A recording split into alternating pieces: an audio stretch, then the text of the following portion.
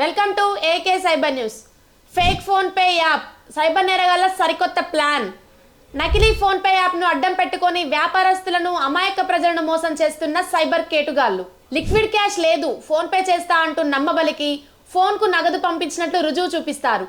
కానీ అకౌంట్ లో ఎలాంటి నగదు జమ అవ్వదు. ఏ మాత్రం అజాగ్రత్తగా ఉన్నా సరే కుచ్చుటోపు పెడుతున్న సైబర్ నేరగాళ్లు. పెద్దపల్లి జిల్లా మంతనిలో ఓ వ్యక్తి జిరాక్స్ షాప్ కి వెళ్లి తన దగ్గర లిక్విడ్ క్యాష్ లేదని ఫోన్ పే చేస్తానని లిక్విడ్ క్యాష్ ఇవ్వమని అడగగా షాప్ వ్యక్తి డబ్బులు ఇస్తానని చెప్పి ఫోన్ పేకి చేయమన్నాడు.